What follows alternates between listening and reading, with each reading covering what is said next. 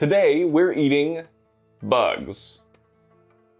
Yay? We all know that John the Baptist ate locust and honey, but practically, what did that look like? And more importantly, what did it taste like? Is it really as straightforward as honey and bugs, or is something getting lost in translation? Get out your fork and knife because we are eating the Bible one meal at a time. Today's lunch guest is a prophet named John.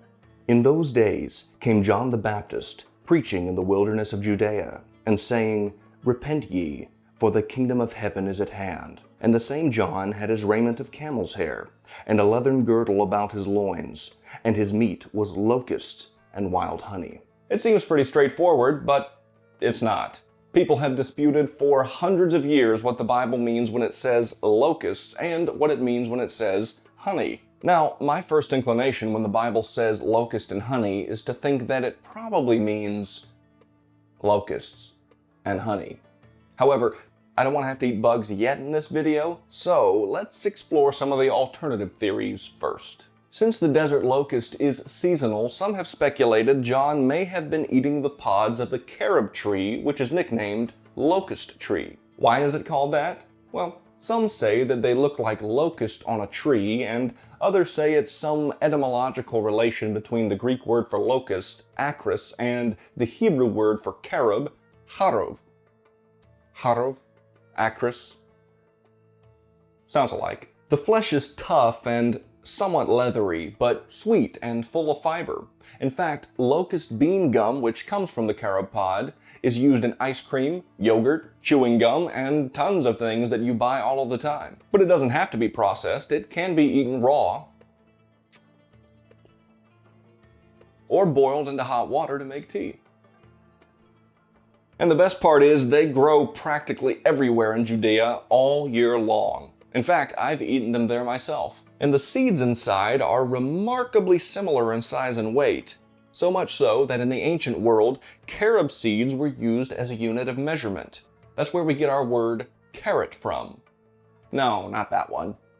That's the one. And carob pods may have a direct mention in the New Testament in the story of the prodigal son. And he would fain have filled his belly with the husks that the swine did eat, and no man gave unto him. Well, the Greek word translated husk here is karation. Carrot? Carob? Harov?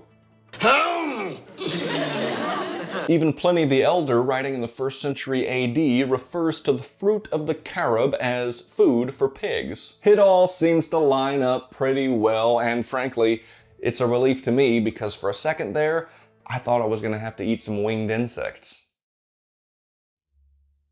Fine. I don't actually think that the Bible is talking about carob pods when it says locusts. Proponents of this theory, they make some good arguments, and I'm not saying that John never would have eaten them, of course not. But I do think it was bugs. And here's why. In Matthew 11:18, Jesus says that John came neither eating nor drinking. This seems to imply that his diet was scant in comparison to his divine cousin who routinely ate with people. And it checks out because desert locusts are nowhere near as available as carob pods. It also has theological significance. Locusts are symbols of plague, destruction, and judgment. As a prophet, it would make sense that John's diet consisted of a symbol of judgment, locusts, and a symbol of plenty, honey. But for me, the most convincing reason is that everywhere else in the Bible, particularly the New Testament, where it talks about locusts, it's talking about the flying, crawling, bugging kind. Honestly, if the locusts referred to in the book of Revelation are actually flying carob pods, it makes them a lot less threatening. It would appear that even the nickname locust tree came about much later in history when Europeans came to the Holy Land, saw the carob tree, and started calling it locust or St. John's bread tree. So the entire nickname may have just come from someone's interpretation on history in the Bible and not actually from history or the Bible. Also, carob is more of an additive to your diet, not a primary source of nutrition since it has very little protein. If John was to subsist on this all the time, he would suffer severe digestive pain, rapid muscle loss, tooth decay, anemia, and finally, diabetes. While healthy, they simply aren't well-rounded enough to sustain you. Locusts, on the other hand, are extremely high in protein, making them an ideal survival food. Now, you would still need some vitamins, particularly vitamin C, but I don't see that as a huge problem because there's tons of edible plants that grow all over the Judean wilderness that contain those essential nutrients. In short, both diets need some other foods added so you can survive indefinitely, but the carob diet would need much, much more. Ironically, if you were trying to survive on locust fruit, you would have to eat real locust in order not to die of starvation. Now, it is true that locusts usually swarm during certain seasons, so how did John get enough to eat? I don't know. How did Elijah get bread in the wilderness? I'm saying God probably helped him. So alas, it looks like I'm eating bugs after all. But what about honey? There can't possibly be a way to misinterpret that, can there? Actually, yes. Some have speculated that it could be date honey, which is essentially the syrup made from pressed dates.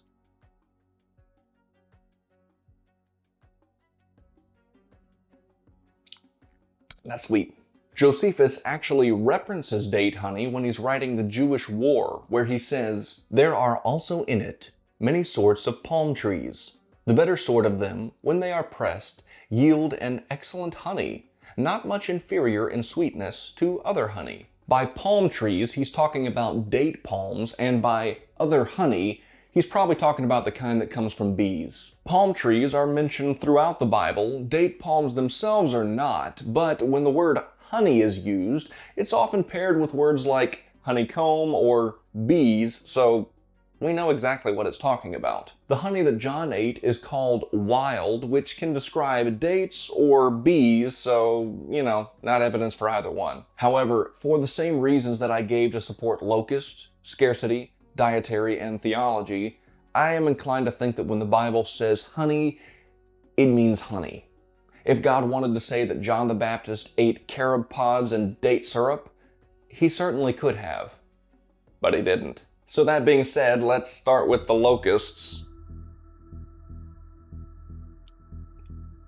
This was a better idea on paper. Do this.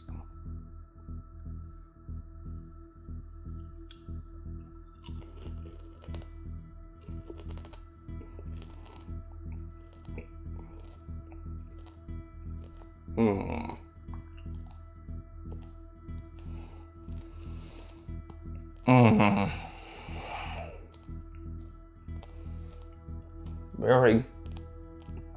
Oh. It's the thought that counts. That salt does some heavy lifting, but then it is gone. You can imagine you're eating dirt and grass that stabs you in the throat. John had it rough. Let's try it with the honey. Oh boy. Head first, everybody.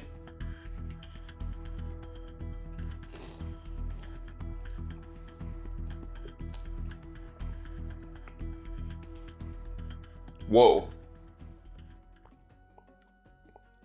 That honey covered a world of hurt.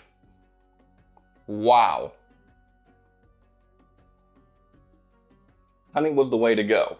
Still, once the honey goes away, which is quick, you're left with that good old locust flavor. And it's not good, but it does taste old. Maybe I'm thinking about this all wrong. John was a Baptist after all, and Baptists know a thing or two about cooking. So let's reinvent this recipe. How about chicken fried locust? First, make sure your locust doesn't have legs or legs. First, make sure your locust doesn't have legs or wings. Cover your locust in an egg wash very gently because they're not as robust as chicken. Then add some flour that you spiced up with Tony Chachere's Cajun seasoning because that's the only way to go, and a little hyssop to keep things biblical. Transfer to oil heated at 350 degrees for about 2 to 4 minutes. To plate, sprinkle a little bit of salt and drizzle with honey, and enjoy.